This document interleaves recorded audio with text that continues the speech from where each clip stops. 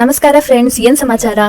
Guys, आप लोग सोच रहे होंगे मैं क्यों आज कनाडा में बात कर रही हूँ, क्योंकि आज का ये व्लॉग बेंगलोर से लेके कोलार तक का है। जी हाँ, मैं केजीएफ गई थी, जो कि कोलार गोल्ड फील्ड्स है। आप पहले पिक्चर में देख सकते हो कितना खूबसूरत दिखता है ये जगह, और साथ ही साथ बैंगलोर से ज़्यादा दूर भी नहीं है, तो आप आराम से वहाँ पर जा सकते हो बस से। मैं गई थी बस से एक दिन मैजेस्टिक बस स्टैंड से। आप लोग वहाँ पर गाड़ी लेके जा सकते हो, या फिर वहाँ पर बंगालपेट नाम का एक रेलवे स्टेशन है, केजीएफ रेलवे स्टेशन है, आप रेल से भी जा सकते हो। वहाँ जाने के बहुत सारे साधन हैं।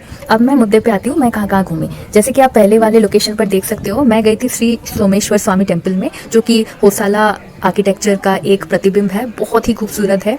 केजीएफ में आते आते देखी, और ये नॉर्थ ईस्ट में पड़ता है बैंगलोर से, तो जाने में भी मुझे कोई दिक्कत नहीं हुई। वहाँ से मैं मार्कंडेय हिल्स होते हुए आगे बढ़ी, और सारे टेम्पल्स लगभग क्लोज हो चुके थे, क्योंकि जैसे मैं घूमती हुई आ रही थी तब तक दोपहर हो चुका था।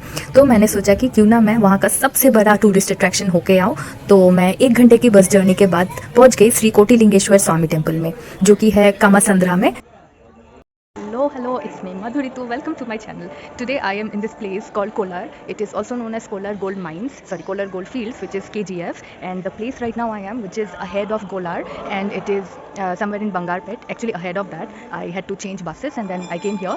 And the name of this temple is Kotilingeshwar. So the name suggests that there are more than 60 lakh shivlings all around this premises, and they're very strict with the camera, and they're very strict with the dressing. So I was wearing this. I am wearing this one, and I had issues entering, so I gave a long lecture saying that God doesn't judge you on the basis of clothing. I came from a different country, this, that, oh my gosh. And finally they allowed me to get in. Well, you have to pay 20 rupees charge to enter inside the temple, and inside the temple there are 3 different set of temples. One is of Govinda, where everyone is like praising the Lord, saying Govinda, Govinda, something like that. Then there's the another temple, the main one, which is known as Manjunatha temple, and there is the first temple, which is dedicated to Brahma, Vishnu and Maheshwar. So, and also there are different kind of shivlings. One was Panchmukhi, which I recorded, and you can see very much in this vlog. It is amazing. I am loving this place. It is very far from Kolar, and it's just like it took me a very long while to come here. But look at it, this is so unusual. I haven't been to any such place like this, and I am thoroughly enjoying it. Now it's time for me to move out of this place and head towards the other temple of Kolar. Kolar itself is a gold mine, so I am expecting to witness some gold around me, because this place contributes a lot to the revenue and is the highest generator of gold mines, milk, silk, tomatoes, a lot of other things. So yeah, you should visit. इसके बाद मैं बंगारू तिरुपति आई, फिर गई कोलारम्मा temple. वहाँ से ज़्यादा दूर नहीं है विदुराश्वता टेम्पल, वो भी बहुत खूबसूरत है, पर मुझे वो जगह देखने का सौभाग्य नहीं हुआ। बंगारपेट तालुक में केजीएफ से 11 किलोमीटर की दूरी पर अवनी विलेज है, जहाँ पर रामलिंगेश्वर टेम्पल भी है, जो साउथ का गया माना जाता है। आदिनारायण स्वामी टेम्पल भी है, जो कोटिलिंगेश्वर से ज़्यादा दूर नहीं, पर जब तक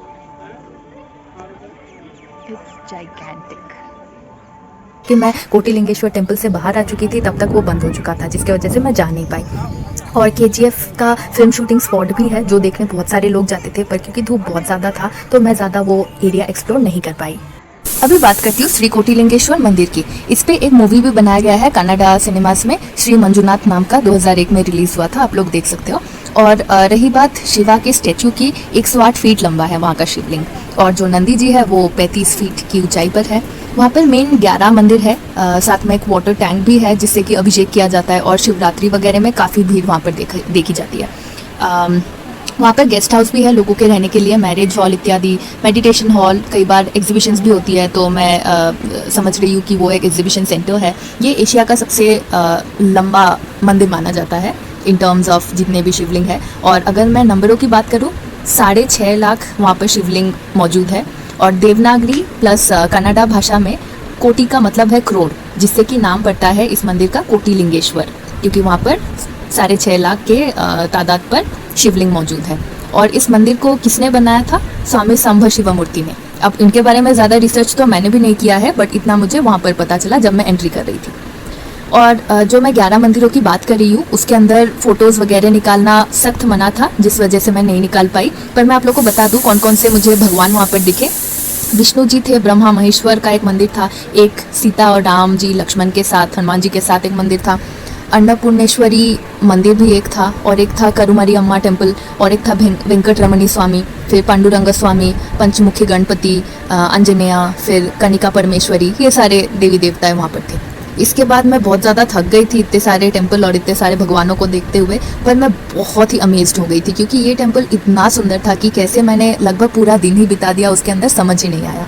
ये मंदिर खुला रहता है 6 से 9 बजे तक, सुबह के 6 बजे से शाम 9 बजे तक आप वहाँ पर आके दर्शन कर सकते हो। बहुत ही एक्सेसिबल है वहाँ के रोड्स वगैरह। क्या आप लोगों को अजान सुनाई दे रही है? यही बात मुझे बहुत अच्छी लगती है हमारे देश की, कि यहाँ पर जो सेकुलरिज्म है वो बहुत सही है।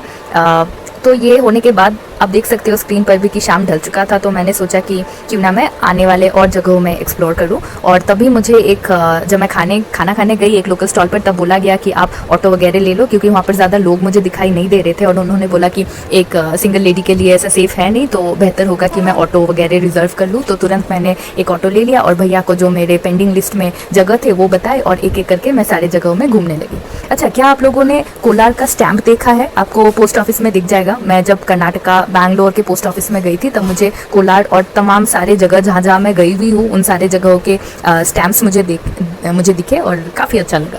जिस दिन मैं गई थी उस दिन एक पूर्णिमा था, तो पूर्णिमा की रात में चांदनी इतनी अच्छी लग रही थी, मैं आप लोगों को शब्दों में बयान नहीं कर सकती। और वहाँ की जो मंदिर है कोलारम्मा, माना जाता है कि उनके नाम से ही कोलार जगह का नाम पड़ा है और उनका वाहन बिच्छू है। आप छोटे से क्लिप पर देख सकते हो कि मैंने वो भी दिखाया है और वहाँ पर कर्नाटिक म्यूजिक बज रही थी, तो पूरा माहौल जो है बहुत ही उम्दा था। इसके बाद बाकी और जगहों में जाके खाना वाना खा के मैं निकल गई वापस बैंगलोर के लिए। ಮತ್ತೆ ದಯವಿಟ್ಟು ಸಬ್ಸ್ಕ್ರೈಬ್ ನನ್ನ ಚಾನೆಲ್। ತುಂಬ ಧನ್ಯವಾದಗಳು।